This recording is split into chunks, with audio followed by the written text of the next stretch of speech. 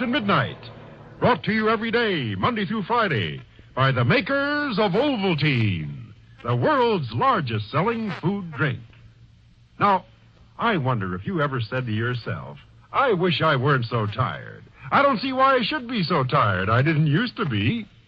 Well, if you've said that, and most of us have at one time or another, you might think about this. It's possible, it's even likely, that what I'm going to ask you now may point out the cause of your tiredness.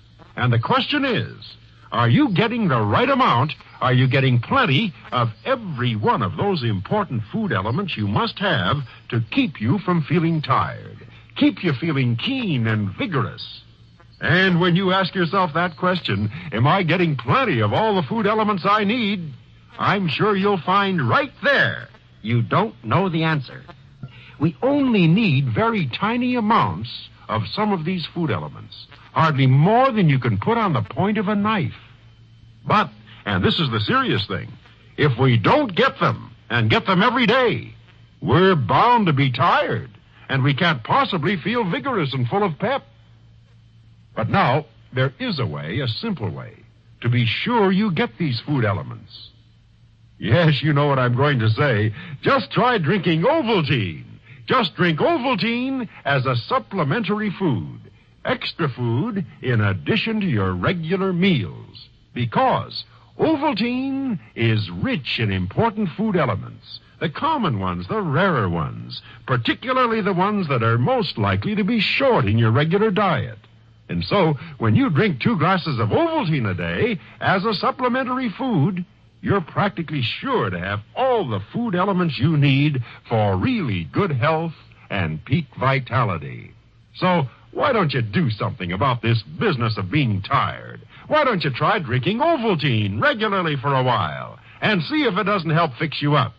See if you don't feel better on the days you drink it. And now, on with the action-packed adventure, the return of Ivan Shark with Captain Midnight and the Secret Squadron. Yesterday, when the moon arose, the Secret Squadron saw that they were surrounded by an evil-looking and menacing horde of prehistoric cavemen. A magnificent shot by Captain Midnight wounded the chief of the tribe, and at least for the time being, drove them back into the jungle. Well, now it's a few minutes later. Listen as Captain Midnight says. Yes, Icky. If they should come in a great mass swarming up the tree, I don't think we could drive them back. And even if we did, the slaughter would be horrible. Well, do you think they've brains enough, sir, to work out a plan of campaign of that sort? They look more like animals than human beings. You can say that again, Chuck. Well, Chuck, when they go hunting some of the bigger animals, they probably surround and overwhelm them by sheer weight of numbers. And I imagine they can do an awful lot of damage with those clubs. Yeah, and some of them carried spears, sir. Yes, I noticed they did. You mean, Captain, because they've learned to hunt animals in a kind of pack, that's the way they'll hunt us? Well, it's possible, Icky. Do you think they'll be able to stand up against the concentrated fire of the 4 of us? Oh, geez, sir, we ought to be able to pour out enough lead to... Well, heck, it'll be slaughter. Well, that's just it, Chuck. I want to avoid what'll be a terrible slaughter. They are men, you know. Yeah, but if they attack us, sir... Lupin, Loops, if they ever took us prisoners... Look, Captain, we didn't start this. And heck, all I want to know is if we have to defend this tree against attack, can we? Or will there be too many of them, and will they come too fast? If they attack us, Icky, we've got to defend this tree. The alternative is something we mustn't even think about. Yes, Captain Midnight is tempted to rake the edges of the jungle with bursts of concentrated fire, but the knowledge that these are men and not animals restrains him. Only as a last resort will he give the order to fire. And then, just as the sounds in the distance reach an angry, sullen roar, and he's pretty sure an attack is about to be launched, a strange and unforeseen diversion comes. Slowly lumbering out of the swamp, an iguanodon, the huge 50-ton lizard-like animal that they had seen the previous night, draws its huge bulk out into the clearing. The 8 men at once grow silent, apparently watching the prodigious beast. In a kind of earth-shaking, ungainly hop, it reaches the center of the clearing. And then, as if they had only been waiting for the huge, evil-smelling animal to reach a certain given distance from the swamp, the cavemen pour out to the attack.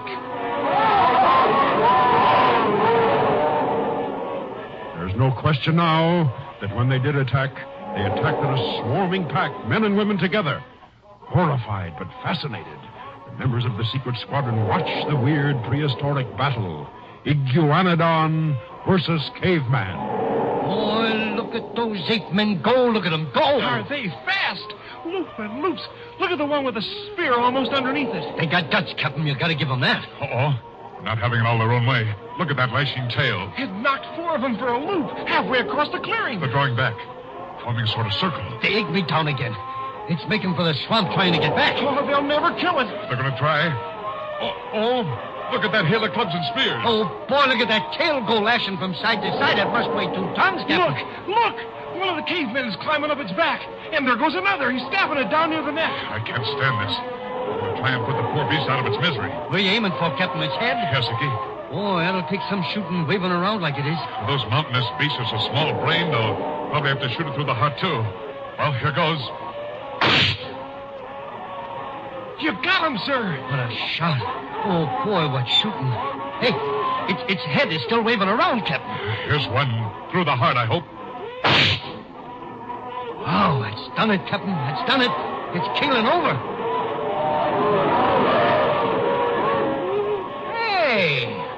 Do those monkey men think they killed the Igme down all by themselves, Captain? Listen to them shout and look at them dancing around. I'm afraid that's just what they do think, Icky. And I was hoping that if we helped them, they'd realize we weren't enemies. Perhaps leave us alone. Look at them dancing and shouting. They think they killed it themselves. There's no doubt about that, Captain. Why, how stupid. Hey, the one that climbed up its back and stabbed it in the neck. Look at him pound himself on the chest. He thinks he did it. He thinks he's a champ, all right. All he needs is a microphone to say, "Hey, Mom, it was a good fight." Human nature hasn't changed much, has it? Hey, you stupid monkey men. The captain did it for you. And you, Tarzan, take that stupid grin off your face. Okay, Iggy, okay. Instead of getting all worked up, just keep your fingers crossed that the cavemen will be so busy they'll forget about us. Yeah, I'm with you there, Captain. 100%. And for a time, it looks as if Captain Midnight's wish is going to be granted.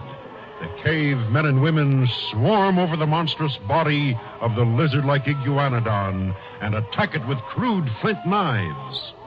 Captain Midnight is beginning to think that for the rest of this night, anyway, they will be ignored. When, stumbling out of the jungle, comes the wounded chief. He's apparently in a frenzy of rage. He shouts and waves his club until some sort of order is restored.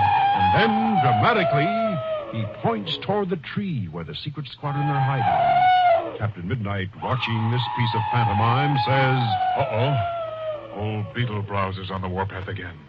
Boy, he means trouble. It looks as if he's been lying back in the woods getting madder and madder, and he's suddenly come to the boiling point, don't he, Captain? It certainly does. Also looks as if shaking the fist is one gesture that hasn't changed since the dawn of time. Uh-oh. I wonder what this means. Look, they're following him back into the woods. Yeah, maybe it's a conference of some sort. Loop and loops. Golly, I wish we could understand what they say. That'd really be interesting. Maybe old Beetlebrows, as you call him, sir, is going to make a speech. Speech? All he can make is animal noises. Animal noises that his followers evidently understand, Icky. And that's a sort of speech, isn't it, sir? The beginning of speech, anyway. I know what he was yelling out down there, that's for sure. It was written all over his monkey-faced pan. What's that, Icky? Kill, kill, kill. Kids, look. They mean trouble, all right. They're spreading out in a circle, just under cover of the underbrush. Surrounding us again, huh, Captain? Getting ready for the final attack, or I'll miss my bet. Well, Icky, you can call their sounds animal noises if you like, but they certainly understood what the chief meant and what he wanted, and they're going to carry out his orders. And what of Ivan Shark all this time? The arch-criminal heard the first volley that drove the cavemen back into the jungle. Also the 2 shots with which Captain Midnight ended the agony of the huge Iguanodon. Does he know how close to success his plot has come? Listen. Oh,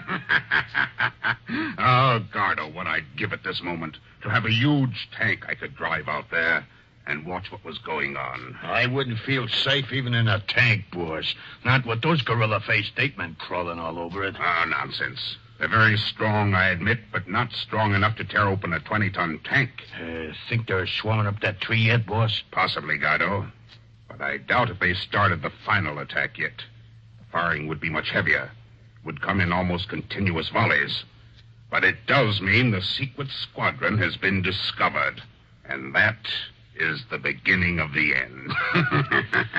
Sure they've been discovered. When I lays a trail, boss, I lays a trail. And almost give the whole plan away by sticking your stupid head up to get shot at. Oh, it wasn't me that got shot, boss. It was Mew. And that was just a lucky one. He must have seen the branches moving at the edge of the clearing or something. It was you blundering around like a dumb ox that attracted their attention. I'm sure of that. Mew can slip through the underbrush without disturbing a leaf. Now, boss, why pick on me when I done right? To keep you from imagining, even for one instant, Gardo, that you have even half the brain of an imbecile. That's it. That must be it. They're attacking Gardo. Oh, if I could only be there to lead them to urge them on. Go to it, my brave cavemen. My primitive tribe of strong-armed guerrillas. Swarm up the trees by tens, by 20s, by hundreds. Pour over them in an irresistible flood of mighty arms and strong, hairy bodies.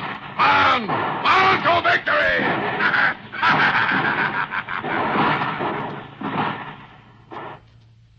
And is Shark's analysis of the situation correct? Are the cavemen pouring a living stream of horror across the clearing up to the tree? Listen as Captain Midnight talks to the others just a few moments before the series of volleys which Shark just heard. Kids, we saw how the cavemen attacked the iguanodon, swarming out in numbers around and over it. Well, there's little doubt that that's their usual method of overwhelming their enemies. That I'm almost sure is the way they'll attack us. I'll go along with you on that, Captain, if you'll add that they'll come swinging a mess of clubs that must weigh 100 pounds apiece. Yeah, to say nothing of a few spears. Yeah. Can't we stop them before they start, sir? There must be some way to do it. Well, I hate to say shoot to kill, yet... Wait. Supposing we fire a couple of volleys over their heads, it might scare them off before they start. And if it don't? In that case, there's no harm done. And, well, then we won't have any other alternative. We'll have to mow them down as fast and in as great numbers as possible. And no fooling about it, sir. And no fooling about it, Chuck. All right, kids. Let's give them 3 quick volleys. One over there by that tree that's fallen into the clearing. One over there to the right, and one to the left. Fire well above the height of a standing man. Ready? Right. Right, Captain.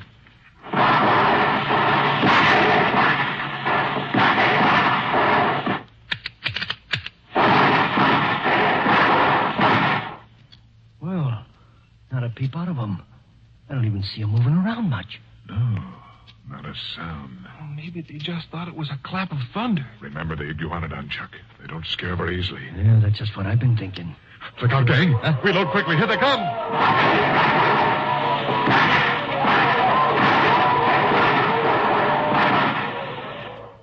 Well, the mass attack of the cavemen has started.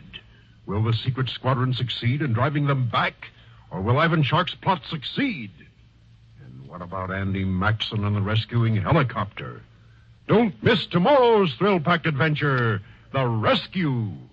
In a moment, we'll bring you an exciting glimpse of it. But first, every one of you fellows and girls who's a young adventurer, everyone who likes to fly and fight with Captain Midnight, remember Ovaltine is the drink of adventure lovers the world over. It's a real builder-upper food drink to make you bigger and stronger and huskier and ready for adventure. And it's a swell-tasting food drink, too. So why not go out to the kitchen now and fix yourself a big, delicious glassful of chocolate-flavored Ovaltine and start enjoying it tonight. Remember, it's the one sure way to show Captain Midnight you like to listen to his adventures on the radio. Captain Midnight is played by Ed Prentice. Icky is played by Sherman Marks. And tune in tomorrow, same time, same station, to Captain Midnight, when you will hear... Don't stop firing, kids. I'm trying to find the chief, but there's such a mess of them. Look out! They're coming on again!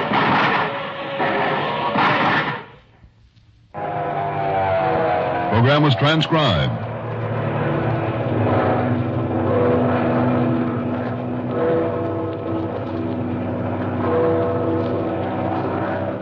This program came to you from Chicago.